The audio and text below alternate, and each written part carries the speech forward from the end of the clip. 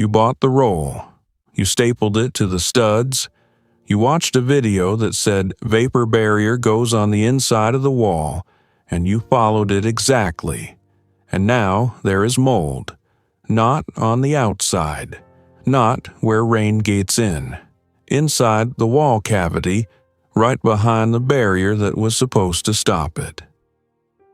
60% of moisture failures in insulated walls with vapor barriers are caused by the vapor barrier itself, installed on the wrong side.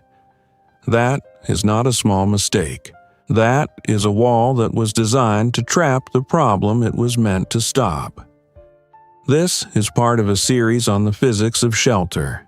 If you want the rest, subscribe now, because the next video covers the hidden detail that makes your ridge vent completely useless, even if it looks perfect from the ground. Let me start with the question everyone asks. Should I put vapor barrier on the inside or the outside of my wall?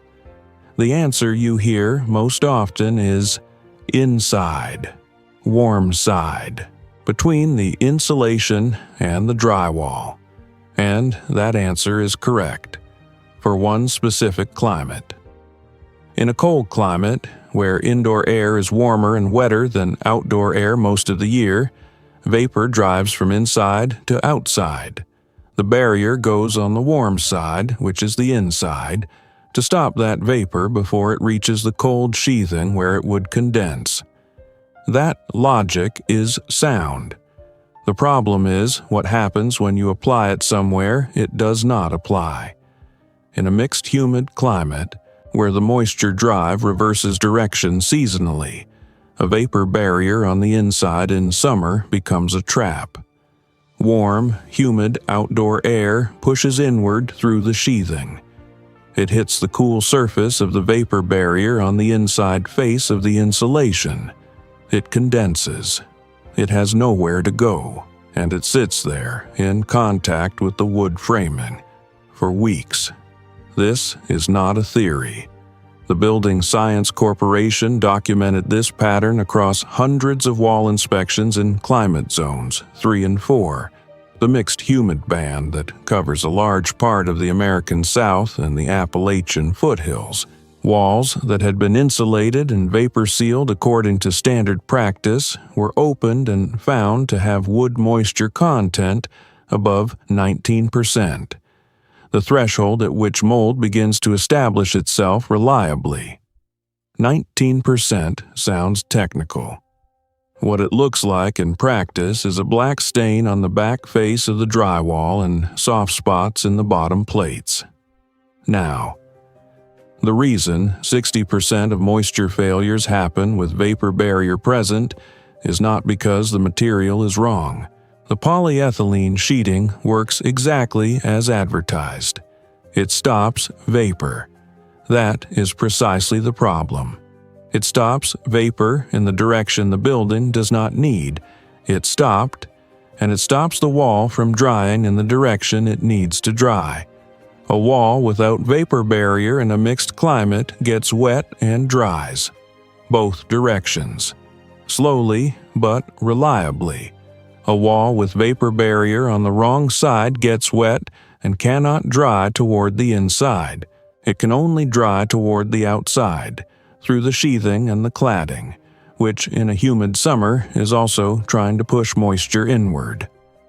The wall is sealed from both directions.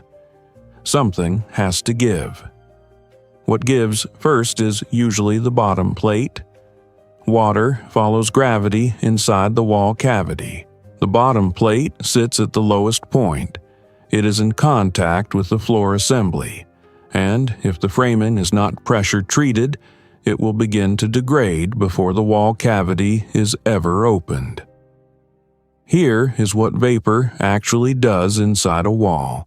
When warm air carries moisture and contacts a surface colder than its dew point, the vapor converts to liquid water. The dew point is not a fixed temperature. It depends on the relative humidity of the air. At 60% relative humidity indoors in winter, dew point is around 49 degrees Fahrenheit, 9 Celsius. The sheathing on the exterior face of a wood frame wall in January in climate zone 5 is often at or below that temperature. Without a vapor barrier on the interior side, vapor diffuses slowly through the insulation and some condensation forms on the sheathing. The insulation absorbs it. During drier periods or spring, the insulation releases it. The sheathing dries before damage occurs. With a vapor barrier on the interior side, vapor is stopped before reaching the insulation. Good. That is the barrier working. But in a mixed humid climate in summer, the direction reverses. Hot outdoor air, laden with moisture, hits the sheathing. The sheathing is cooler because the interior is air-conditioned. Vapor diffuses inward through the sheathing, through the insulation, and now hits the vapor barrier from the outside. And now the barrier that was meant to protect the interior is a cup holding moisture against the insulation. The wall is now wetter on the wrong side of the barrier than it would have been without the barrier at all. This is the mechanism. It does not require bad materials or bad workmanship. It requires only one thing: a barrier installed without regard for the direction of the seasonal vapor drive. The fix is not removing the vapor barrier. The fix is replacing it with the right product for the application.